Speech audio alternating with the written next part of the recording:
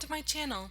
My name is Wendy and these are the two cards we'll be making today. This is a window slide card and I know there's a special die to make these cards, but I'm going to show you how to make it without that die. So here we go.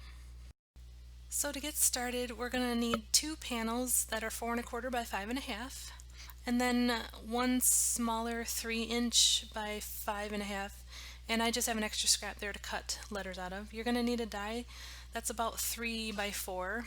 It really doesn't matter, and a really small oval or rectangle you could use. I'm going to be cutting out happy, so I use those letter dies in the back and these stickers here. So also, I'm going to need an arrow stamp of any kind, and I'm going to be doing happy birthday, so those are my stamps. So we're going to start first with the two panels, and we're going to do a little ink blending. I just have some scrap paper in the back there. It's an old calendar from last year that I'm going to reuse as my scrap here, so I don't make a mess on my table.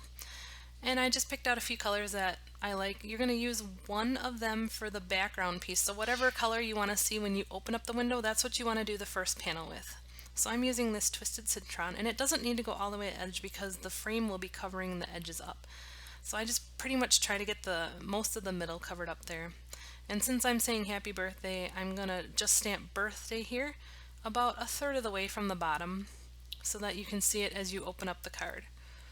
So we'll set that aside to dry, and then I'm gonna just kind of do some blending here just for fun. I'm really not good at this, but I thought I would make like a little tunnel of blue colors here.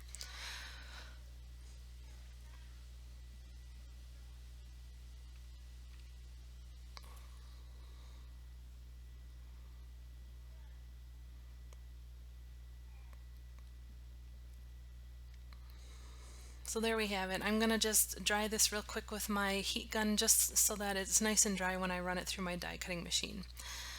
Now we're going to use that 3 by 4 die and just center it, and I kind of tap this on my hand so it's not quite so sticky, otherwise it seems to lift up the paint. Now you're going to put it at the top of your panel, and when you stick it in your die cutting machine, you want to make sure that you do not cut that top line. So I just am sticking this inside, and I am not putting my top board on that top portion of the die, so it won't cut that line.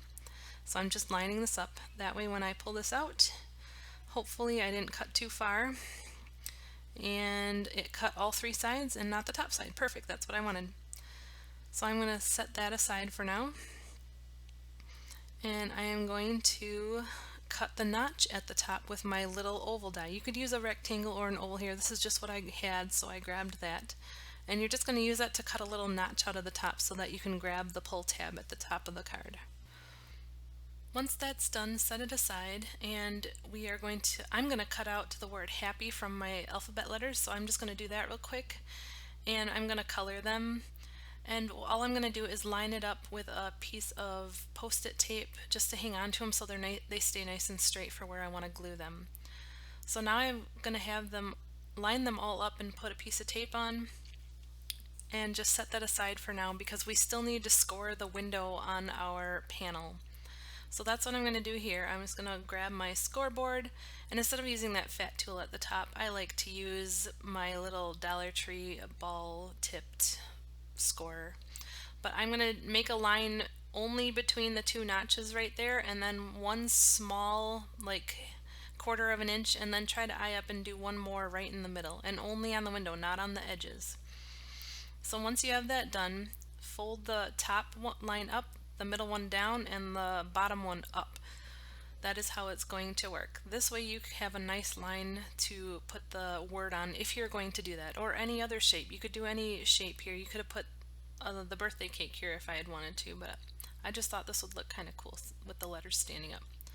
So I'm just going to let that dry, and while I'm doing that, I'm going to work on putting the slider on the back. I'm just sticking a piece of paper in there so it doesn't glue to the top. So I'm going to use a piece of double stick tape right here I'm going to use that last piece, the 3" by 5". You can make this window any size. Just make sure that this panel that you're putting on the back is 1/4 inch on each side longer or wider than your window. So I'm just going to stick this on right at the bottom, flush with the edge of the window there, and hopefully this is glued down now. So I'll remove the tape, and there we have it. Now it should slide up and down here. Oh, I'm gonna trim the top off first. I want to make sure it works though too. And I'm also gonna stamp, I have this arrow set, so I'm just gonna take the tip of this arrow and just dip the end of it in and put it right there on that little notch so that they know to pull up. And there you have it, it works. So now I'm just gonna decorate the front panel. I just have this old sticker set that I found at Dollar Tree here in America. So I just stuck that on and I used what I had left to decorate my card base. This other birthday cake wouldn't fit, so I just took the candles off and stuck them randomly on the front.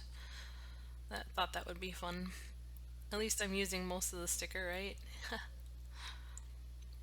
There we go. And now I'm going to use some foam tape. It's got to be foam tape, and you want to make sure you get it as close to the edge of the card as you can, because if it's anywhere near that panel in the middle, it is not going to slide well. Ask me how I know that. And do not put it at the top. You only want the sides and the bottom covered with foam tape. So then you're going to take it and center it carefully on the bottom of your panel and push down on all the edges. I decided to decorate the front a little bit more, and I needed to use a little bit of glue behind some of these stickers. Like I said, they're from Dollar Tree. They're not the best quality, so I had to use a little glue to help it out. But I took some sequins.